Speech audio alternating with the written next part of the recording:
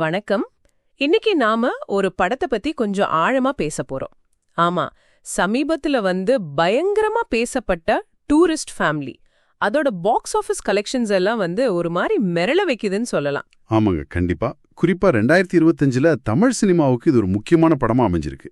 அதான், வெறும் 7 கோடி பட்ஜெட்ல செஞ்ச ஒரு படம் எப்படி இவ்ளோ பெரிய ஹிட் ஆச்சு, கிட்டத்தட்ட 90 கோடி வரைக்கும் வசூல் பண்ணிருக்குன்னு சொல்றாங்க இல்லையா? ஆமா, உலகளாவிய வசூல் 90 கோடி கிட்ட வருது. ஆனா இந்தியால மட்டும் பாத்தீங்கன்னா நெட் கலெக்ஷன் மட்டுமே 61.59 கோடி. ஓஹோ.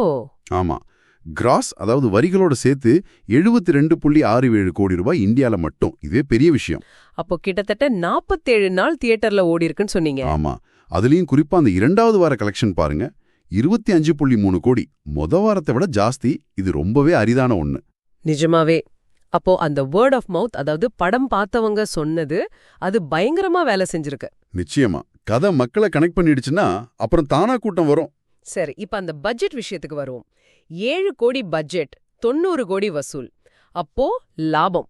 இங்கதான் அசலான விஷயம் இருக்கு. சில ரிப்போர்ட்ஸ் 285% லாபம்னு சொல்லுது. ஆனா நம்பகமான வட்டாரங்கள் சொல்றது என்னன்னா 1200% மேல லாபம். என்னது, 1200%? நம்பவே முடியலையே. எனக்கும் முதல்ல ஆச்சரியமா தான் இருந்துச்சு. ஆனா கணக்கு போட்டு பார்த்தா 7 கோடி முதலீடுக்கு 80 கோடிக்கு மேல லாபம்னா அது கிட்டத்தட்ட 1200% தான் வருது. அடேங்கப்பா. இது 2025ல இந்தியாலேயே அதிக லாபம் கொடுத்த படம் சொல்றாங்க இல்லையா? கரெக்ட். அதனாலதான் இது ஒரு வரலாற்று சாதனையா பார்க்கப்படுது. சரி, இது எப்படி சாத்தியமாச்சு? நடிகர் சசிகுமாருக்கு இது ஒரு பெரிய கம்பேக்னு சொல்றாங்க இல்லையா? ஆமா, சசிகுமாருக்கு இது ஒரு மிகப்பெரிய திருப்புமுனன்னே சொல்லலாம். அவரோட சிம்ரன், அப்புறம் யோகி பாபு, பாஸ்கர், ரமேஷ் திலக், இளங்கோபுமரவேல்ன நல்ல நடிகர்கள் பட்டாளமே இருக்கு. ஓகே.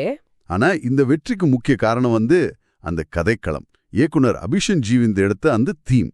இலங்கையிலிருந்து வர்ற அகதி குடும்பத்தோட கதை இல்லையா அது? ஆமா, அவங்களோட அந்த இணைப்பு, அவங்க படுற கஷ்டம், அந்த சொந்த மண் இயக்கம், இதெல்லாம் ரொம்ப உணர்வுபூர்வமா சொல்லியிருக்கிறாங்க. இந்த மாதிரி மனசு தொடர கதைகள் மக்களை சுலபமா சென்றடைஞ்சிருது. அதான் அந்த வாய்மொழி விளம்பரம் அவ்வளவு தூரம் படத்தை கொண்டு போயிருக்கு. அப்ப பெரிய ஸ்டார் வேல்யூ இல்லாமலே கதை ஜெயிச்சிருக்கு. நிச்சயமா, சசிகுமார் ஒரு நல்ல நடிகர், அவருக்கு ஒரு ரீச் இருக்கு. ஆனா இது ஒரு ஸ்டார் படமா மார்க்கெட் பண்ணப்படல. கதைக்கும் கதாபாத்திரங்களுக்குமா முக்கியத்துவம். சசிகுமாருக்கு இது எப்படி ஒரு திருப்பு முனையா நீங்க பாக்குறீங்க? அவர் இதுக்கு முன்னாடியும் படங்கள் பண்ணிருக்காரு. ஆனா பெரும்பாலும் கிராமத்து ஆக்ஷன் படங்கள் அந்த மாதிரி தான் பண்ணிட்டு இருந்தாரு. இதுல ஒரு குடும்ப தலைவனா ரொம்ப உணர்ச்சிகரமான, அதே சமயம் ரொம்ப யதார்த்தமான ஒரு ரோல். சரி. ஒரு நடிகரை அவரோட வேற ஒரு பரிமாணத்தை இது காட்டியிருக்கு. அதனால விமர்சகர்கள் மத்தியிலும் சரி, ரசிகர்கள் மத்தியிலும் சரி, அவரோட நடிப்பு ரொம்ப பேசப்பட்டுச்சு.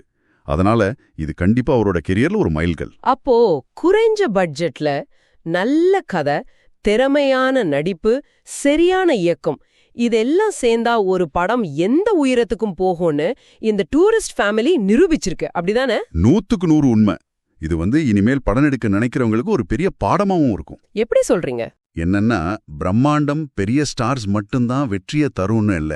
நல்ல நேர்மையான ஒரு கதை இருந்தா போதும், அது மக்கள் கிட்ட சரியா போய் சேர்ந்துடுங்கிற நம்பிக்கையை இது கொடுத்துருக்கு.